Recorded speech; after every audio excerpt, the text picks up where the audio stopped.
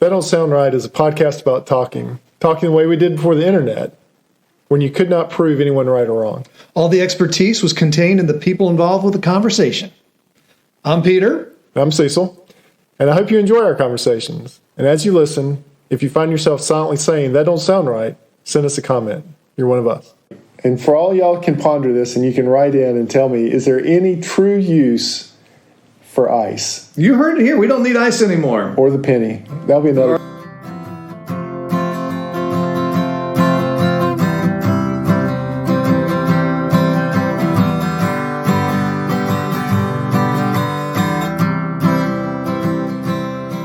Welcome back to another episode of That Don't Sound Right, a podcast about talking. We're your co-hosts. I'm Peter Billman. I'm Cecil Davis. Hey, and we're just trying to have a conversation without Google or fact-checking online. If you're new to the show, that's kind of our deal. We don't want to kill the conversation with, just coming out with information, but we may kill the conversation with our ignorance.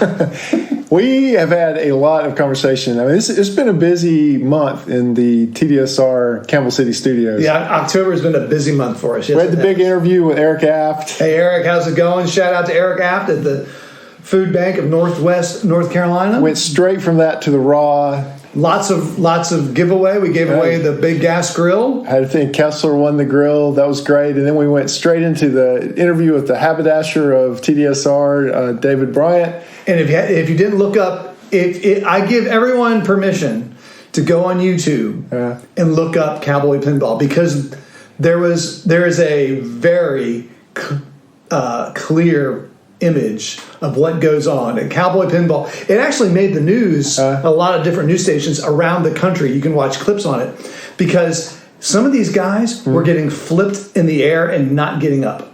Did you see the one that was all women? No. There was one that had there was all girls out there. No. And several of them got plowed over. Somebody showed that to me today. Oh, I didn't see that one. Yeah. It's so you're right. But we've had it's been busy.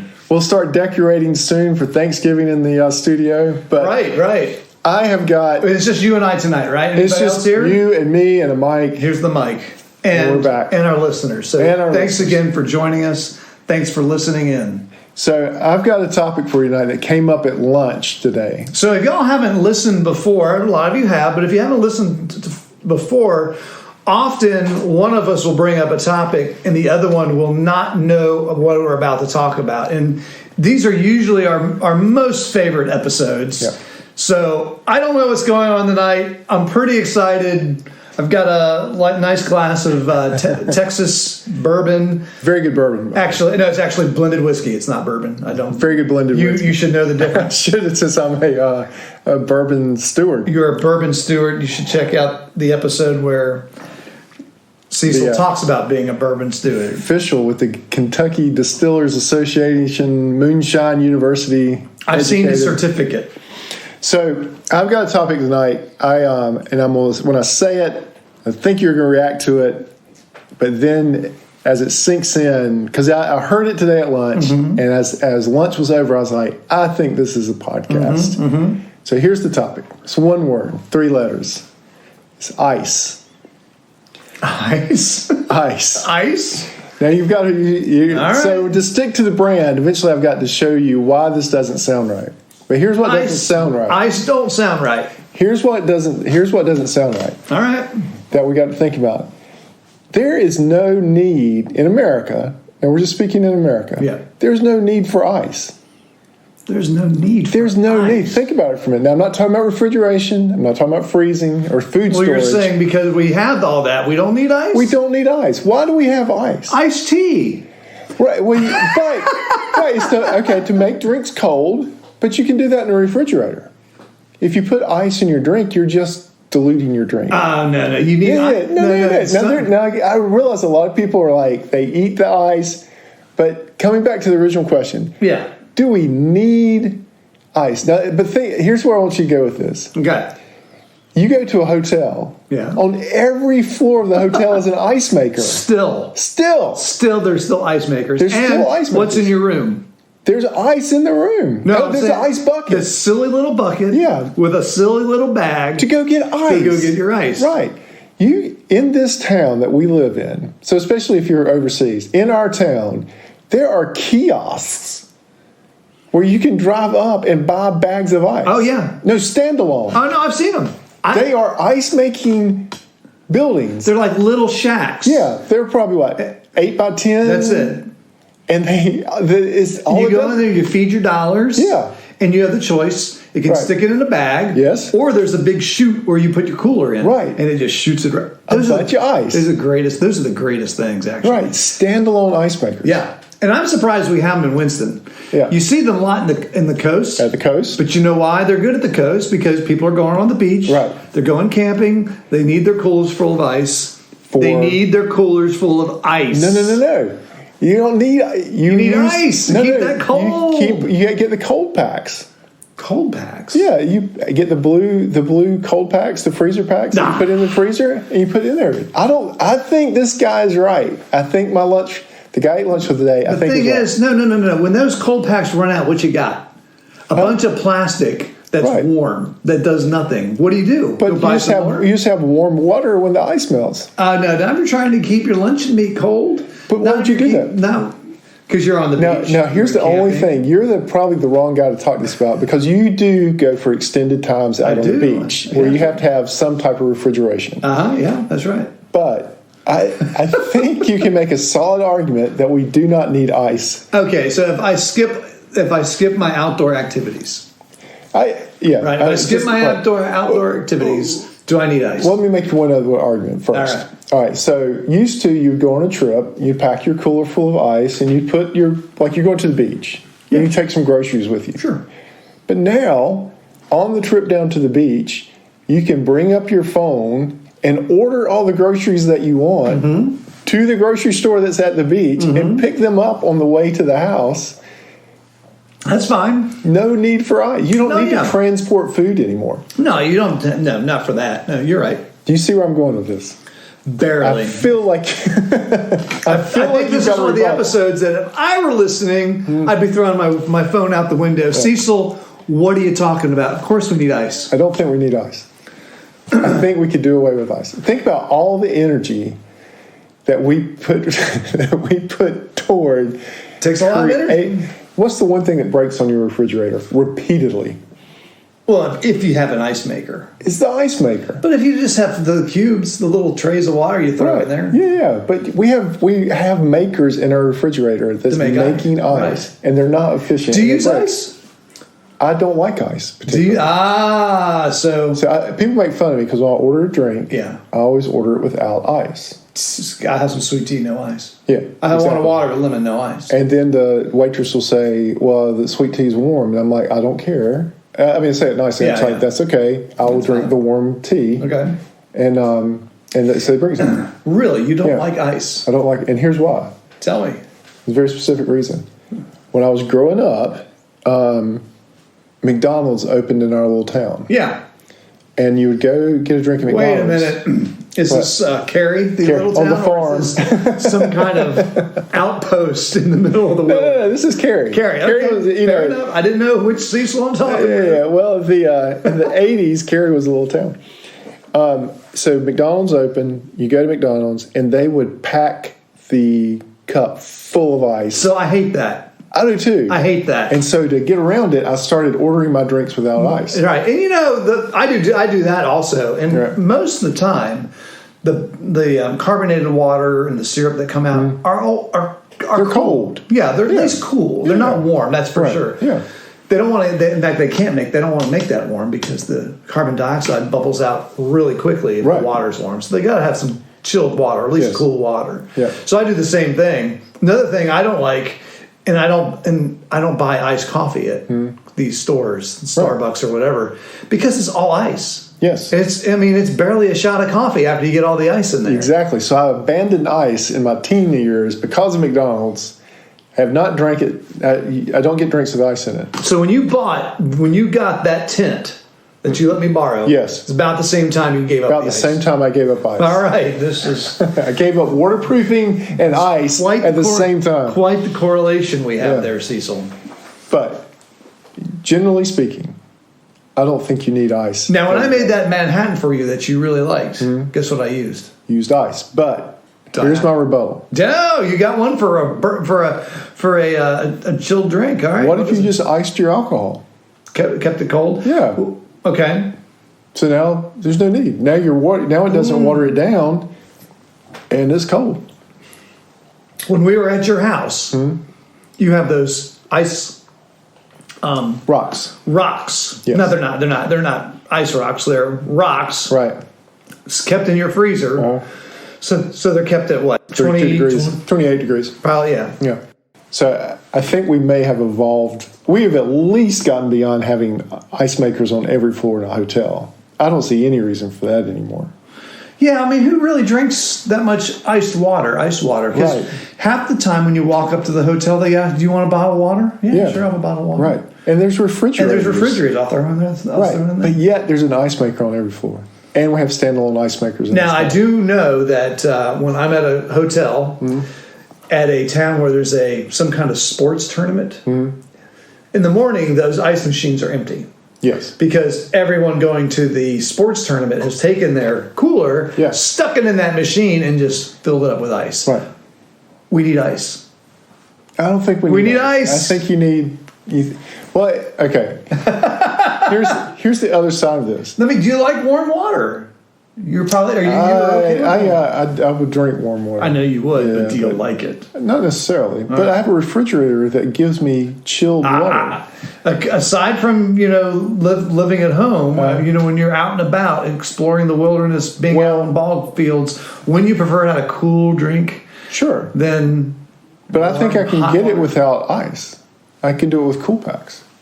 Oh, you're still in this cool pack thing. But here's the other thing. I think we've just become obsessed with this because, for example, there's some coolers now that'll keep ice frozen for 4 days. That's right. But you might be the exception to the rule. And I do have one of those. I don't have that brand name, but I do have a cooler that will hold things really cold for a long time. You're the exception to the rule because you do go to the Outer Banks and live out there for days at a time and without power refrigeration. Right. But the average person, I do not think, needs to keep ice frozen for 4 days. 4 hours, maybe. Well, there are people that really they value their cold drinks. Okay. I just don't think we need that technical of a cooler. So you are in favor of. So what should we do about this over icing problem? I think we can maybe reduce. And then I got to thinking after this conversation came up about all the power that we spend making ice. And most of the ice that you make, you just let it melt. You're not drinking it. Right. It's melting and you're tossing it into the ground. Right. So you've taken all this power to create ice only to let it melt and just drain away. Right. Quite the ecological dilemma here about ice. I feel like you might be coming around my way of thinking just slightly.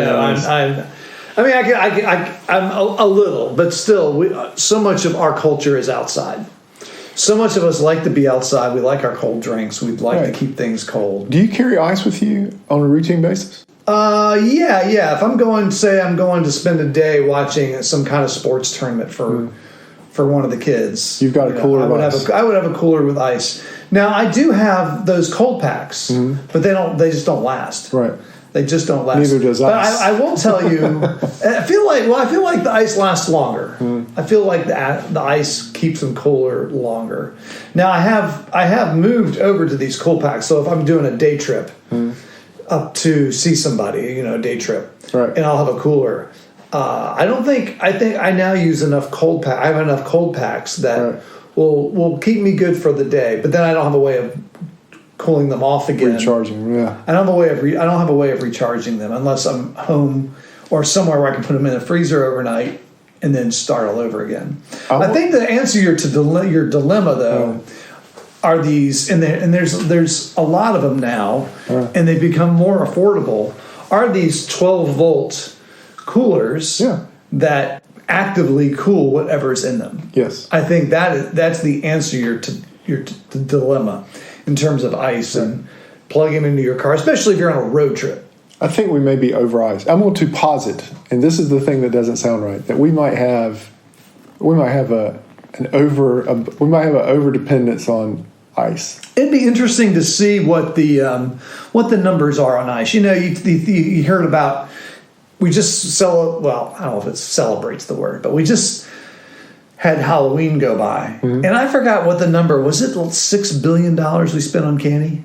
Yeah, I mean it's a lot. It's an incredible amount. So I'd be wondering. I'm curious to know how much we as Americans spend on ice per person, and I'm just talking about buying a bag of ice at the grocery store. What's a bag of ice cost? $3 for a 5 pound bag? It just depends. Right. It can even. And again, you've got big freezers at both the grocery store and the gas station that are full of bags of ice. And you know how that ice got there? I don't know. There's a big truck. Yeah. Trucks delivered these ice. There's these ice companies. That's all they do is they have there's an ice factory in Winston-Salem. Right. There might be two. There's a company that all they do is freeze water. They freeze water. And then we buy it. Yeah. Think about the margins on that. They're making a ton of money. They got to be making a ton of money. And then obviously people invest in the kiosks. Because you think, okay, well, I pay $20,000, $30,000, $40,000 for it, but people are driving by routinely and buying ice. Now, I can think of one thing that you would need ice for. And that's making ice cream the old-fashioned way. Okay, but again, your argument stands. What's that? There's other ways to do it. There's many other ways to do it. There are actually probably better ways. Is there anything have you ever made ice cream that way? Like in the backpacking ice cream where you put it in that ball and throw it around? No, with ice. Yeah. Yeah. How did it turn out? A little grainy, but all right. A little grainy. Yeah, it's hard to make it smooth that way. Yeah. We did it once, and if you've never done this, one of the things you do is you sprinkle salt. Yeah. On the ice. Right. And rock salt. Rock salt. Why do you do that? I think I used to know. I'll take a guess since we're on the show. It has something to do with the temperature. Yeah. It maintains the temperature at a certain degree. It lowers the freezing point, right? Yeah. And so this is sounding familiar now. So it lowers the freezing point, which actually does cause it to melt, but it maintains that water at 32 degrees. Yeah. And so then you have more surface area against this metal tube that's spinning around and mixing the ice. So when I made it, it was an older machine, and that metal tube had a leak in it. And guess what didn't leak out and what leaked in? Salt. So we had this salty peach ice cream. I was looking forward to it so much. This is another podcast, but I read this week that America's being oversalted in just a lot of the chemicals that we put out. But that's another podcast. But back to this. All right. Is there anything, let me posit this differently. Is there anything that you have to have ice for? Is there anything that we couldn't do without ice? Slushies. Like, that's critical. That's critical. That you need ice for. You have to have ice. What about for injuries? Icing a sprained ankle or a blown out knee. You've got all those cold packs now that shape to your. You can actually even get like refrigerated sleeves that cool down injuries. All right. What about ice baths? Again, I don't think you need the ice to make the water cold. You could do it just with refrigeration technology. So you wouldn't have all that ice floating around. In fact, that's probably a pretty inefficient way of doing it. That's right. You're better off having a machine right next to your tub, dropping that temperature to 32 degrees. 32 degrees, yeah. And then keeping it constantly there because, again, the ice is melting. Right. But what else do we need ice for?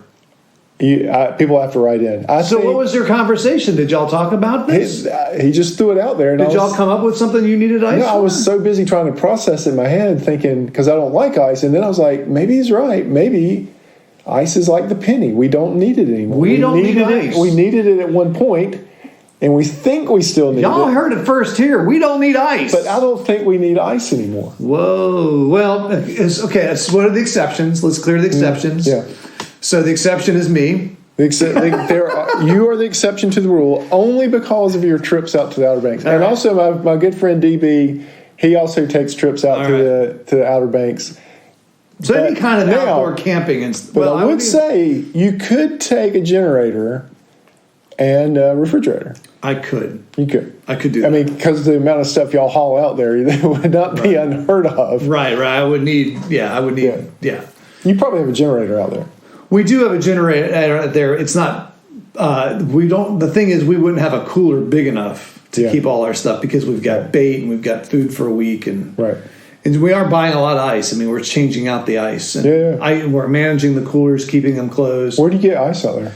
Well, believe it or not, the ranger station out there has an ice machine. It's cranking out the ice, man. Actually, no, I take that back. No, this is they don't have an ice machine. They have those ice coolers and they bring ice over on a ferry. Really? Yep, they keep it stocked from a ferry. From ice. An ice truck comes over on the ferry, puts ice in the cooler, and then leaves. So the question is, why don't they just buy a couple ice machines? Yeah. That's a lot more. You should put an ice maker over on that island. You'd make $1 million. Oh, my gracious, yes. At least for a few months a year. We have one of those mobile ice machines. Yeah.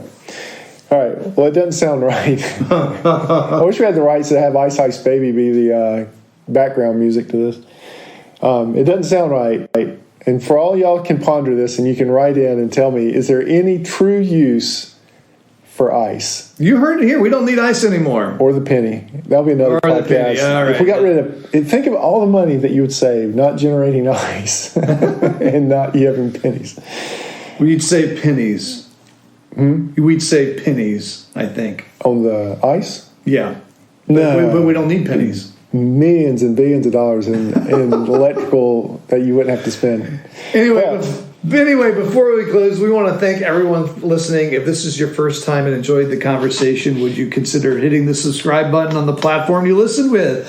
Also, if you're a long-time listener, please give us a rating and leave us a review so others can easily find us enjoying the conversation. One thing everyone might notice in the past episodes is that we had ads during our episodes, and it was an experiment, and we earned pennies, and we felt the disruption was just too much. So we've turned off that feature, and we have effectively turned down pennies of revenue from having ads on our podcast. Thanks for enduring the experiment with us. We'd like to hear some feedback if you even noticed, or if you didn't. I got feedback that people noticed. So the feedback you got was typically negative. Yeah.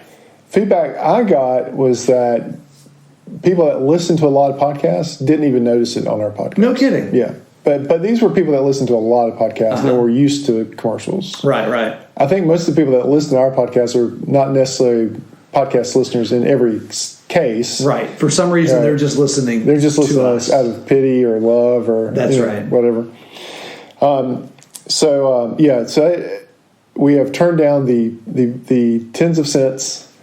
So we'll need patrons to now support us like the old days. That's right. We are trying to figure out how we can improve our equipment. We've been given offers to change our editing, to help us with editing. That also costs money, so we're trying to figure out the best way to do that. We'll probably have an episode on here that you can listen to that has been edited. Professionally edited. And we'd love to hear your feedback. We're getting ready to, we'll be launching that here real soon. All right, so That Don't Sound Right is a production of TDSR Podcasts in conjunction with Camel City Studios. I am your co-host and sound engineer, Cecil.